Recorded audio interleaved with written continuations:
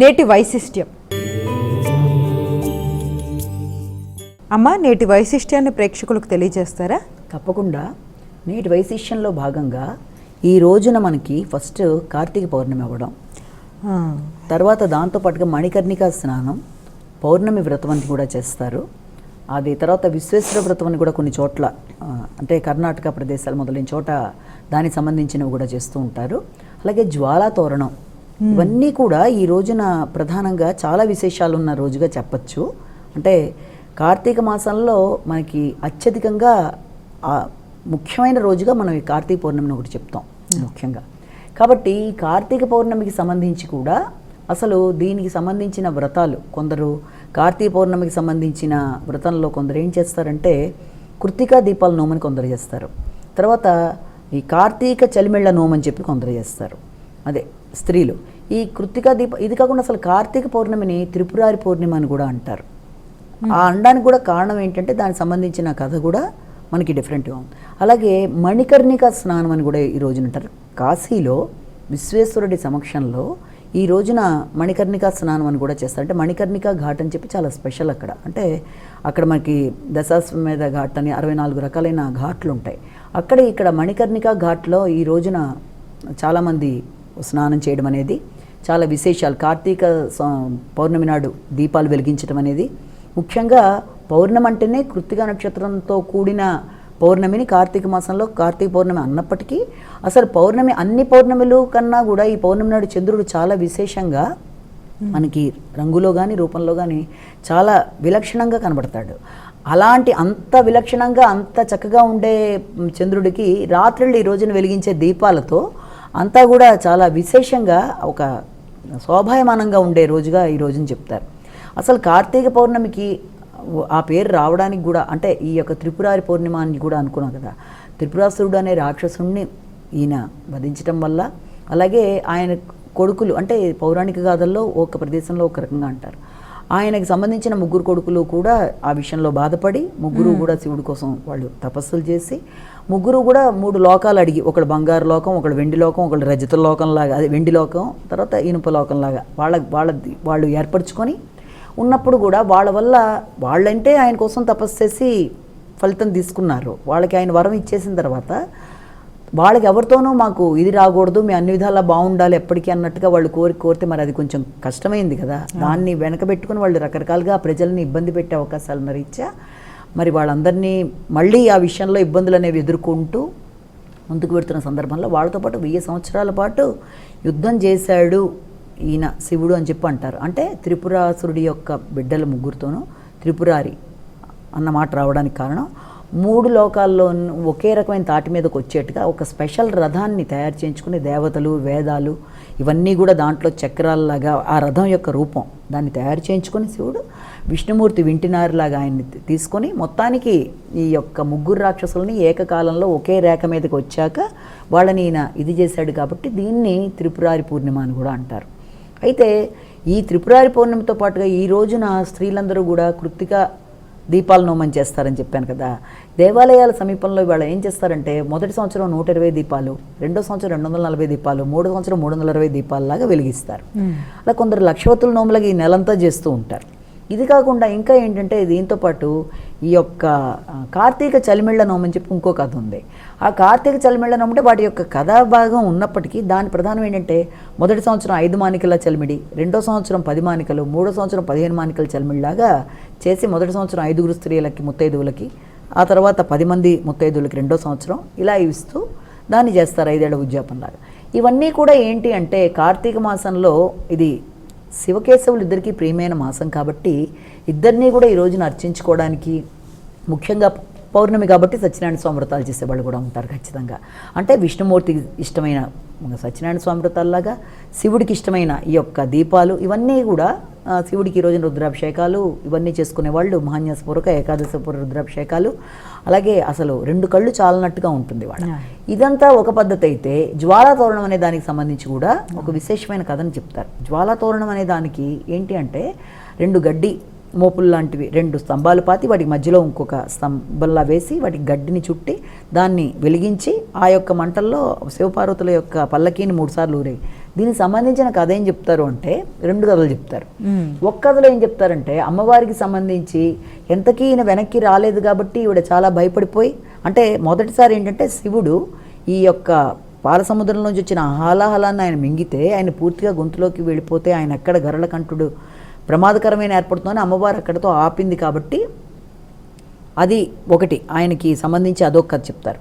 ఇంకోటి ఏంటంటే దానికి సంబంధించి ఆయన వెళ్ళి ఈ యొక్క రాక్షసులతో కూడా పోరాడారు కదా, ఈ యొక్క 1000 సంవత్సరాల పాటు ఈ యొక్క త్రిపురారి అని చెప్పాం కదా. పోరాడిన తర్వాత వాళ్ళతో పాటు ఆయన ఇబ్బంది పడి ఆయన రావడం వెనక్కి రాగానే అమ్మవారు దృష్టి దోషం వల్ల ఈయనకి ఏ రకమైన ఇబ్బంది అవుతుందో అన్న భయంతో మొదటి దాంట్లో ఏంటంటే ఈయన గరళకంఠుడిగా మారాడని చెప్పాను కదా. మొదటి దాంట్లో ఆ గరళకంఠుడిగా మారినప్పుడు అమ్మవారు మొక్కుకుంది అంటారు. అంటే నేను ఈ యొక్క దీని కింద నుంచి వెళ్ళి వస్తాను, ఈ యొక్క మంటలకు సంబంధించి జ్వాలలకు సంబంధించిన దానికి సంబంధించి ఒక మాట అంటారు.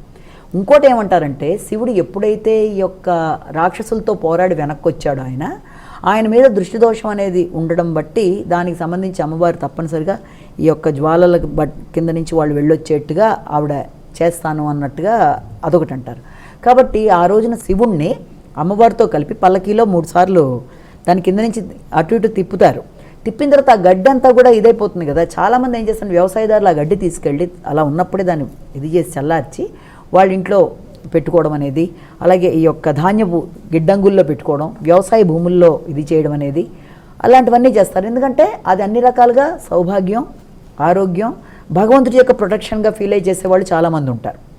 కాబట్టి ఈ జ్వాలా తోరణానికి సంబంధించి జ్వాలలు వస్తున్నప్పుడు అంటే మెయిన్గా ఇంకోటి ఏంటంటే ఈ రోజున అసలు కార్తీక మాసంలోనే దీపాలకు ప్రాధాన్యత ఎక్కువ చెప్తారు.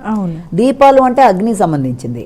అగ్నికి ఎంత ఇదిగా వాళ్ళు ఎందుకు ఇది చేశారు అంటే మనం ఇక్కడ చూసినట్లయితే అరుణాచలంలో స్తంభం ఉంటుంది కదా, అక్కడ అసలు శివుడిని అసలు మామూలుగా శివుడికి సంబంధించి ఆయన యొక్క తుది మొదలు చూడాలని చెప్పి విష్ణుమూర్తి ఏమో ఈ యొక్క వరాహ రూపంలో కిందకి వెళ్ళి, అలాగే ఆయన యొక్క మొదలేంటో చూడడం కోసం బ్రహ్మదేవుడు యొక్క హంస రూపంలో పైకి ఎగిరి చాలా ప్రయత్నాలు చేసినా వాళ్ళు కనుక్కోలేకపోతారు అన్న విషయాన్ని ఒకటి చెప్తారు కదా.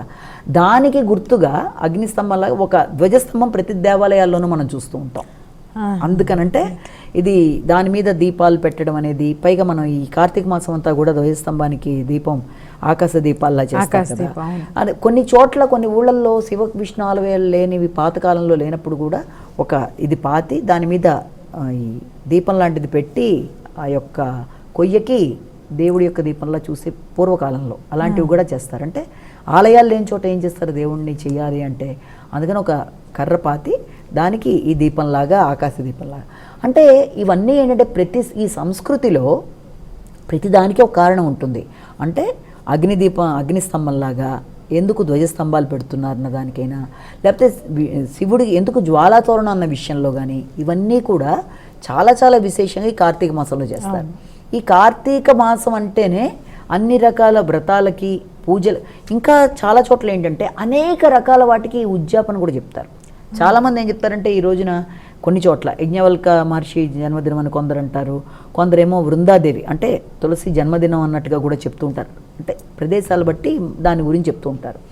కార్తీక మాసంలో ముఖ్యంగా పౌర్ణమి అనేది రాగానే చాలామంది ఈ యొక్క వ్రత ఉద్యాపనలు అనేవి ఎక్కువ చేస్తారు. మనం మామూలుగా చూస్తే కార్తీక మాసం అంతా కూడా లక్షవత్తుల నోములు ఇవి స్త్రీలు ఇంకా దాదాపుగా దేవాలయంలోనే ఉండిపోవడం అనేది జరుగుతుంది. మనం చూసినట్టయితే వాళ్ళు అనేక రకాలైన పూజలు, వ్రతాలు, తులసి కోటలు, దేవాలయంలో పొద్దున్నే ఈ దీపారాధనలు చేయడం, శివకేశవులు ఇద్దరిని ఆరాధించడం ఇవి చూస్తాం.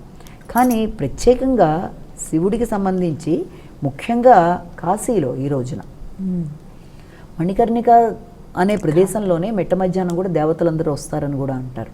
అక్కడ స్నానం చేయడం బట్టి వ్యక్తి యొక్క సర్వ పాపాలు కూడా నివృత్తి అయిపోతాయి.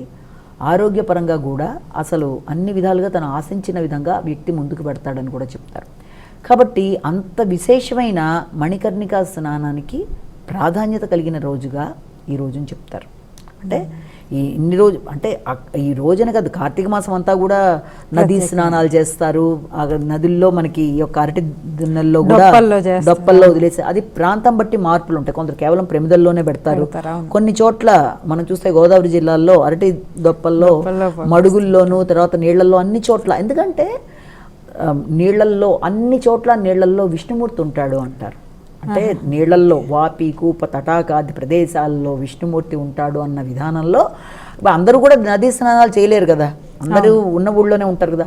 ఉన్నప్పుడు ఏం చేస్తారు అంటే వాళ్ళున్న ప్రదేశాల్లోనే గంగై యమునై గోదావరి కృష్ణా కావి అది ఉంది కదా, అది అనుకుని ఆ నీళ్ళల్లో ఆ భావన చేసి విష్ణుమూర్తినిగా చేసి ప్రాతకాల సమయంలో తలస్నానాలు చేసేసి పూజలు చేయడం ఇదంతా అయినా ఈ రోజున ప్రత్యేకంగా కార్తీక పౌర్ణమి నాడు మాత్రం విశేషంగా చాలా విశేషంగా అసలు దేవాలయ సందర్శనకు కూడా అవకాశం లేనంతగా వ్యక్తుల యొక్క ఇది ఎక్కువగా ఉంటుంది. అటు అన్ని దేవాలయాలు అన్ని ప్రాధాన్యత సంతరించుకున్న దేవాలయాలు కాదు, మామూలు దేవాలయాలు కూడా ఇవాళ జ్వాలా తోరణం సాయంత్రం చూస్తే సర్వపాప హరం అని చెప్తారు. అంటే వ్యక్తి జీవితంలో తెలిసి కానీ తెలియక కానీ చేసిన తప్పులు ఏదైనా సరే జ్వాలా తోరణ దర్శనంతో అవి ఉండవు అన్న విధానంలో కూడా చెప్తారు. కాబట్టి జ్వాలా తోరణం చాలా మహిమాన్వితమైంది అని చెప్తారు. అంటే అది అందరికీ అవకాశం ఉండొచ్చు ఉండకపోవచ్చు.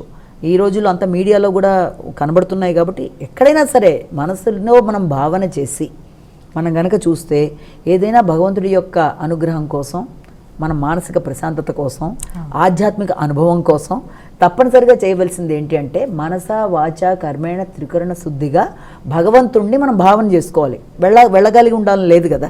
ఒక వ్యక్తి ఆ సమయానికి ఒక విశిష్టమైన దేవాలయ సందర్శనలో ఏ కాశీలోనో రామేశ్వరంకో వెళ్ళొచ్చు. ప్రతి వాళ్ళకి అవకాశం లేనప్పుడు ఏం చేయాలంటే జ్యోతిర్లింగ దర్శనం అని కావచ్చు, అరుణాచల సందర్శన కావచ్చు, ఏదైనా సరే ఈ సమయంలో వెళ్ళలేకపోయినా ఇక్కడుండి కూడా దానికి సంబంధించిన పురాణ శ్రవణం అనేది, సత్కథా కాలక్షేపం అనేది, భగవంతుడి యొక్క దివ్య అనుగ్రహం కోసం ఆ పూజా పునస్కారాలు ఈ రోజుల్లో వాళ్ళైతే ఆ పూజా పునస్కారాలు కూడా చేయలేకపోతున్నారు. వాళ్ళ యొక్క రన్నింగ్ లైఫ్ స్టైల్ వల్ల కావచ్చు, పరిస్థితులు అంటే న్యూక్లియర్ ఫ్యామిలీస్ వల్ల పెద్దవాళ్ళ దగ్గర లేక వాళ్ళు కొంతవరకే చేసుకుంటున్నారు. కానీ మనసు అనేది ప్రతి వ్యక్తికి మనసు అనేది ఎవరి వ్యక్తి మనసు వాళ్ళదే. కాబట్టి భగవంతుడిని మానసికంగా అనుగ్రహం తీసుకొని తప్పనిసరిగా మనసు భగవంతుడి మీద లగ్నం చేసి చక్కగా ఎంతవరకు అవకాశం ఉంటే అంతవరకు కనుక చేసుకున్నట్లయితే మంచి ఫలితాలు, భగవంతుడి అనుగ్రహం కలుగుతాయి.